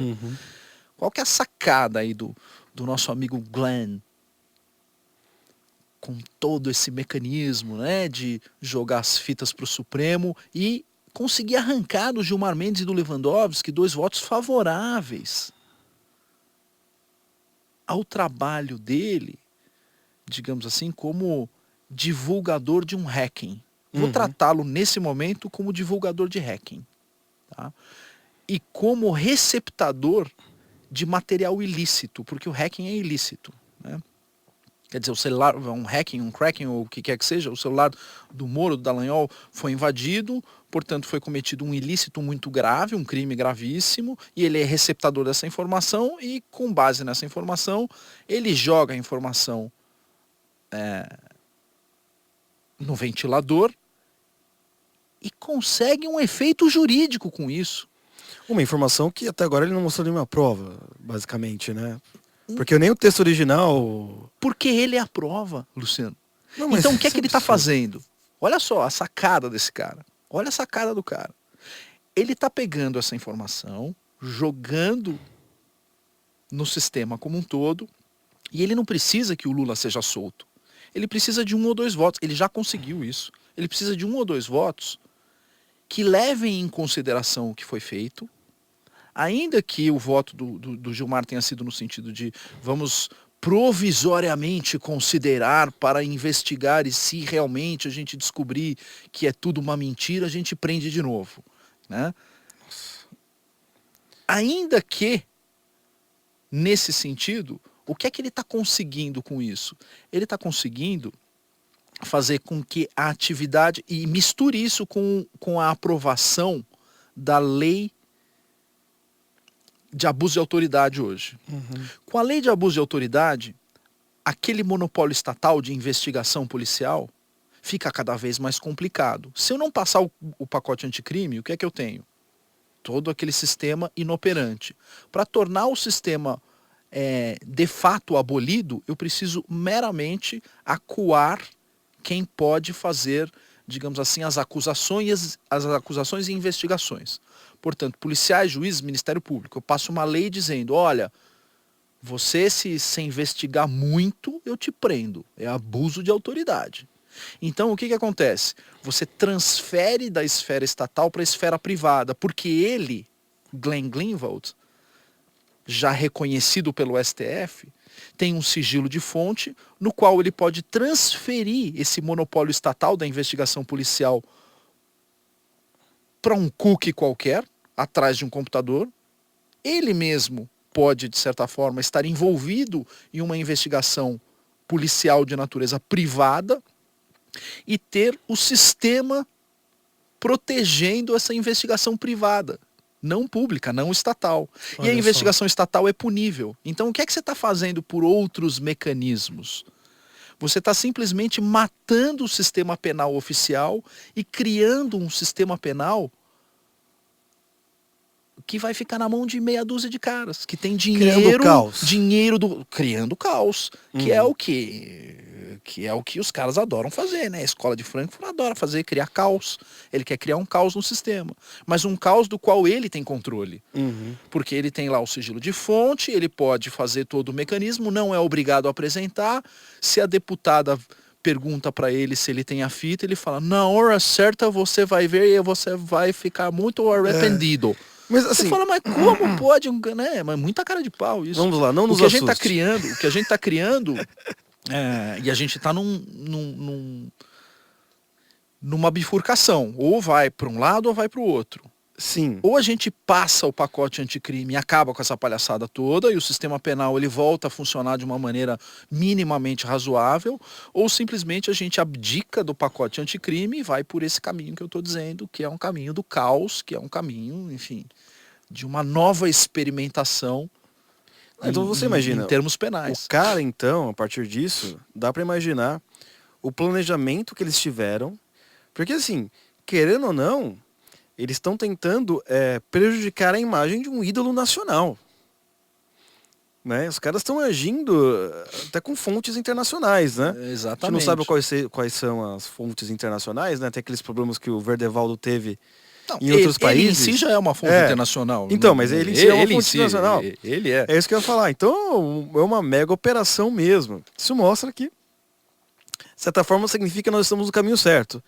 Mas o inimigo é extremamente poderoso. Exato. A gente não está numa situação muito fácil. E quem tem o poder de digamos assim, reverter isso, são pessoas que estão sob o fogo cruzado do projeto para o qual elas foram, digamos assim, nomeadas para aprovar e podem, no dia seguinte, fazer com que o projeto que elas estão aprovando se volte contra elas mesmas. Pergunta. Gilmar Mendes, a gente sabe que é odiado pela população, né? Ou pela maioria da população em si. Você que é do maioria, tem gente que gosta, acredite. Então, mas assim, a minha pergunta é, você que é do direito, como pessoal, olha ele, como herói, como vilão, tá polarizado, a verdadeira polarização, 50%? Não. Ou existe Gilmar, assim... O Gilmar ele é muito polêmico, muito criticado, é um ministro bastante criticado. Do que eu ouço no meio jurídico, a maioria tem muitas reservas em relação a certos posicionamentos dele, seja como juiz, ele fala demais, ele aparece demais, né, até como gostam de dizer, na liturgia do cargo. Ele não segue uma liturgia do cargo tradicional. Vou te dar alguns exemplos. Né?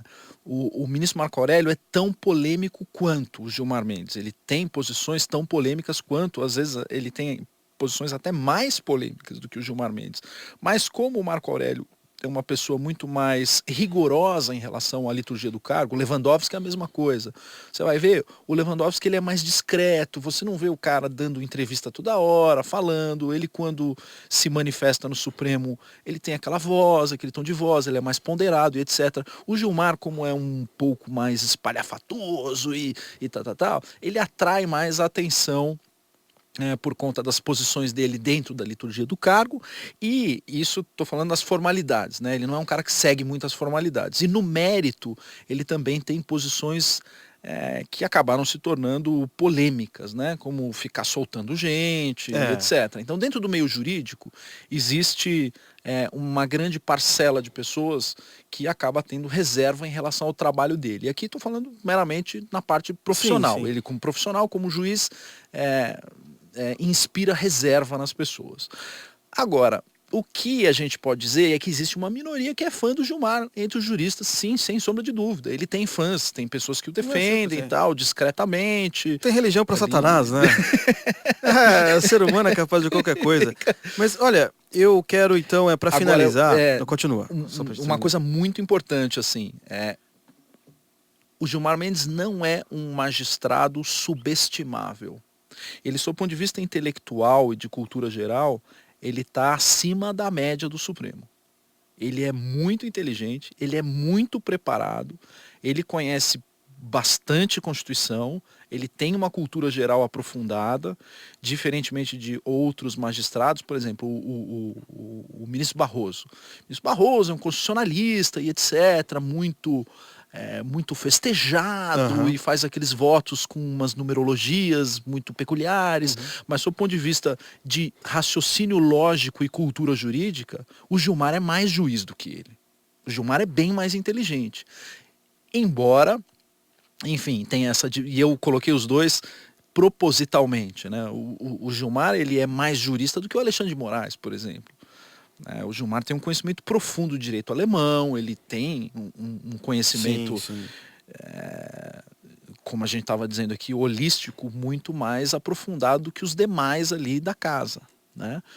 Então, ele não é subestimável. Essa questão de ter reservas em relação ao magistrado acaba fazendo com que algumas pessoas, de maneira equivocada e imprudente, subestimem a capacidade do Gilmar. Para que as pessoas possam ter uma noção, o Gilmar, se eu não me engano, ele prestou concurso para juiz federal e o concurso mais difícil do Brasil, que é o do Ministério Público Federal, que é o que o Deltan Dallagnol passou e etc. Se eu não me engano, o Gilmar Mendes ele passou em primeiro lugar nos dois concursos e ele optou pelo Ministério Público Federal. E assim, passou em vários outros concursos e assim, ele é um cara muito, muito, muito inteligente. Ele não é subestimável. Não, com certeza. Uma pergunta também que vem a calhar, que até me mandaram. Óbvio também que o próprio Gilmar Mendes, ele acaba soltando as pessoas a partir dessa cosmovisão que você disse, né, dessas teorias do direito. E assim, por que... Pelo menos o que aparece na grande imprensa, a gente não sabe os detalhes, talvez você saiba. O Lula tem HC toda hora e talvez outros tipos de preso não tenham mesmo... Essa é a pergunta. O cara tem cacife, é poderoso e tal. Eu só quero saber se essa é a resposta óbvia. Existe algum mecanismo legal que permite isso? Ao meu ver, não. Você tem ali situações absolutamente obtusas, inexplicáveis. Eu acho que o jogo de interesses em cima do caso Lula, existe até um livro escrito pelo próprio Zanin, que é advogado do Lula, com várias pessoas que contribuíram, chamado O Caso Lula. Quando você vai ler o que esses juristas escreveram a respeito do caso Lula, o caso Lula é um laboratório para esses caras. Eles estão fazendo disso um laboratório. As pessoas tiram sarro daquela frase do Lula, em que o Lula falou assim, eu deixei de ser uma pessoa e sou uma ideia. Ele não estava brincando quando ele disse isso. Ele é, sim, um laboratório de ideias. Ele é o objeto de uma experiência, de uma engenharia social das mais perversas que você pode imaginar. Isso não é típico, não é normal. Essa quantidade de recursos, de habeas corpus, de revisões, de interferências, e isso nunca vi em toda a minha vida. Isso não é normal, isso não acontece. Se fosse um outro réu numa situação parecida, o Supremo já teria, sei lá, acho que mandado fritar o advogado, mandado dar uns tapas na orelha do cara, porque fala, toda semana um. E note, uma coisa muito importante. Isso ninguém fala disso, Luciano. A gente vai dizer que o Eduardo Cunha não é tão poderoso quanto o Lula? A gente vai dizer que o Cabral não é tão poderoso quanto o Lula? A gente vai dizer que outros políticos que também foram presos não são tão poderosos quanto o Lula? A gente vai dizer que Zé Dirceu não é tão poderoso quanto o Lula? Nenhum desses políticos tem o tratamento jurídico que o caso Lula está tendo. Nenhum deles.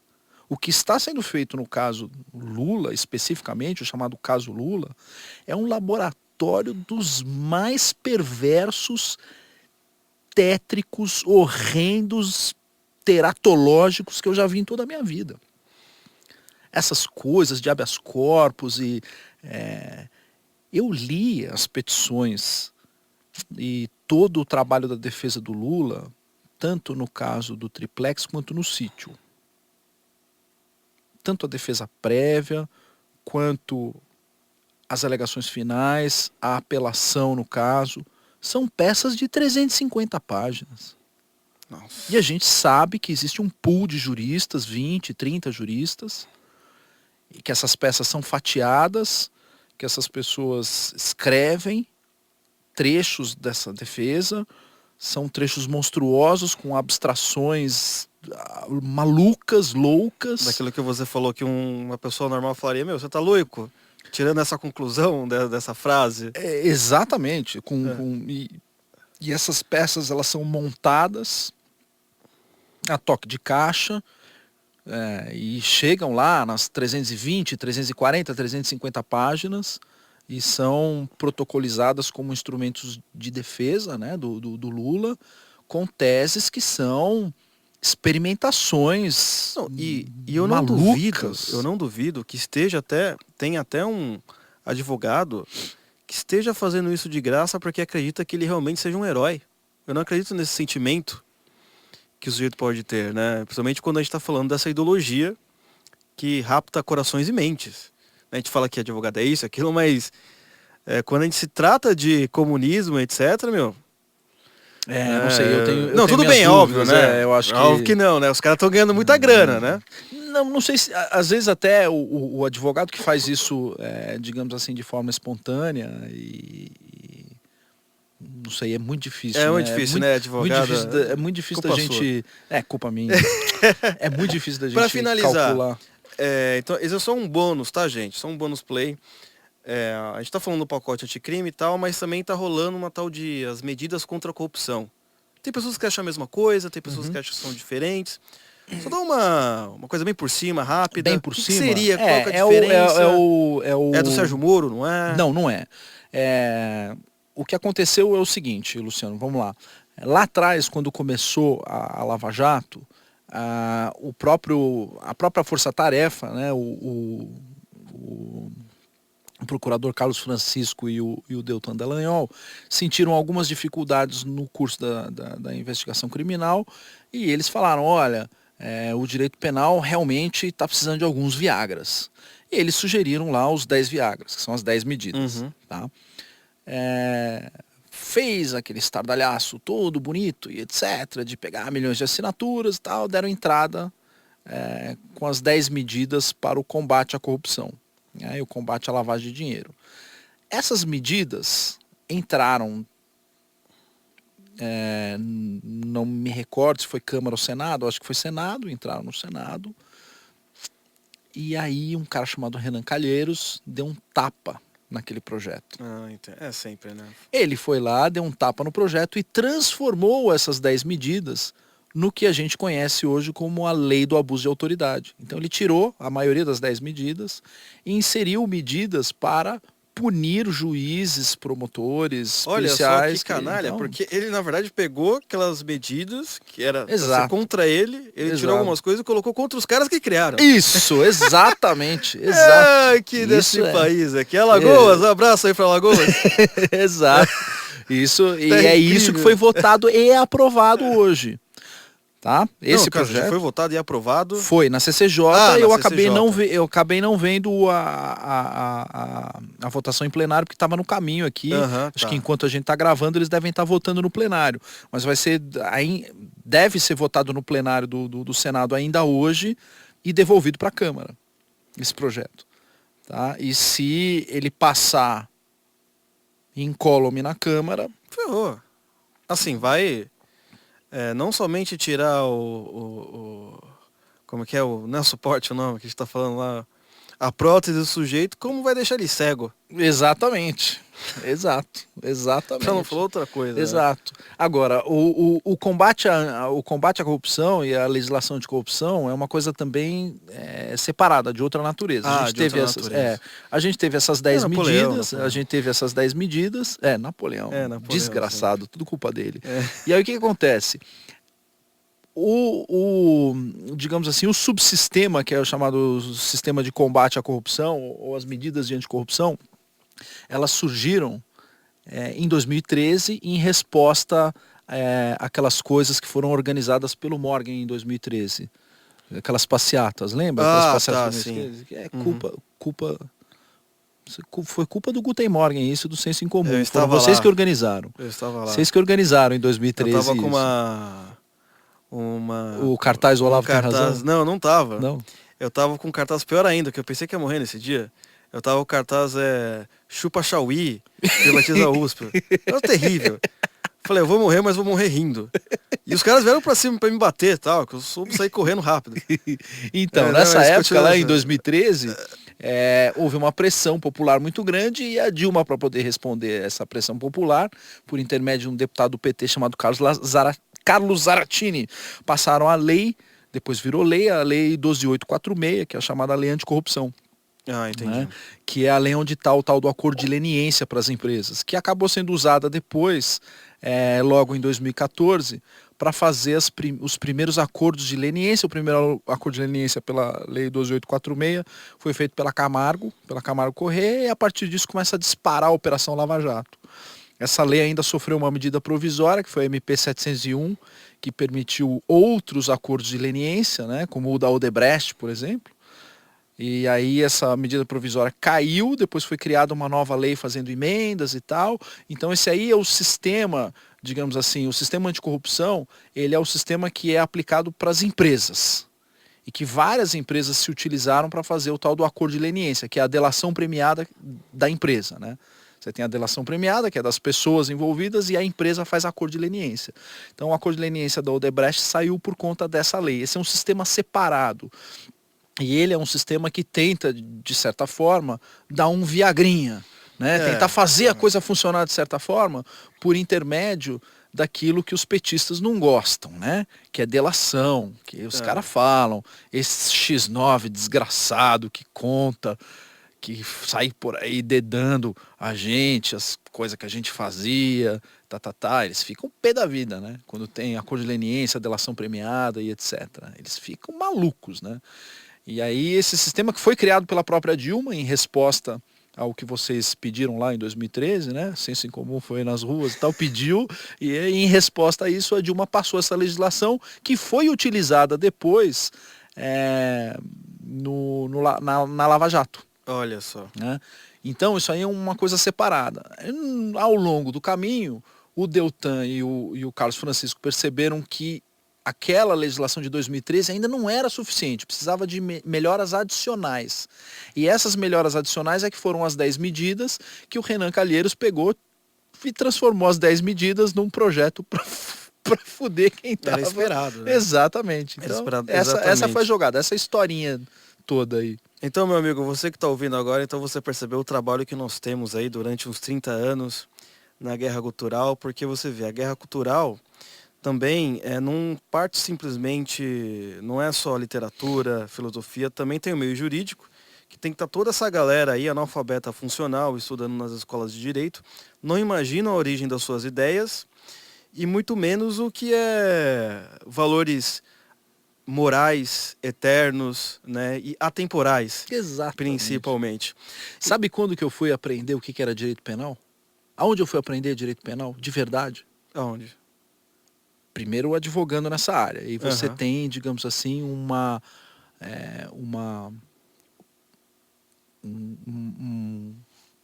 senso indutivo. Você é induzido, você fala, não, de forma indutiva, você não deduz. Mas indutivamente você começa a perceber o que é direito penal. Mas eu pude realmente aprender o que é direito penal quando eu li Crime e Castigo do Dostoiévski. Grande tio doutor, já dizia minha amiga Francisca. Dostoiévski, Crime e Castigo. Tudo o que eu falei nesse podcast está lá em Crime e Castigo de Dostoiévski. A personagem central chamada Raskolnikov, ela resume nela mesma, inseta nessa personagem, o Rodnia Raskolnikov, o que é o direito penal. E o que é a redenção, o que é a forma, digamos assim, de recuperar a pessoa na personagem chamada Sônia. A Sônia é o que recupera. Portanto, o que recupera não é a pena. Tem que ler o Crime e Castigo. Não vai dar esse spoiler de 150 anos, hein? Exato. Pô. Ali é o maior curso de direito penal que eu tive na minha vida, foi aquele. Nenhum professor de direito penal chega aos pés daquilo ali. Tem que ler Claro. Crime e Castigo de Dostoiévski. Então, finalizando aqui, pessoal, professor, muito obrigado pela sua presença novamente. Uma honra, um prazer. As últimas palavras. Minhas últimas palavras, muito, muito, muito obrigado, como sempre. E tô com fome. Vamos? Vambora! Vamos. Qual que é o seu Twitter pro pessoal te seguir lá? É Evandro F. Pontes. Evandro F. Pontes. Então, pessoal, muito obrigado a você que está ouvindo nessa longa jornada pelo direito penal. E até a próxima. Fui. Oliver Talk. Este é o fim do seu podcast. Muito obrigado.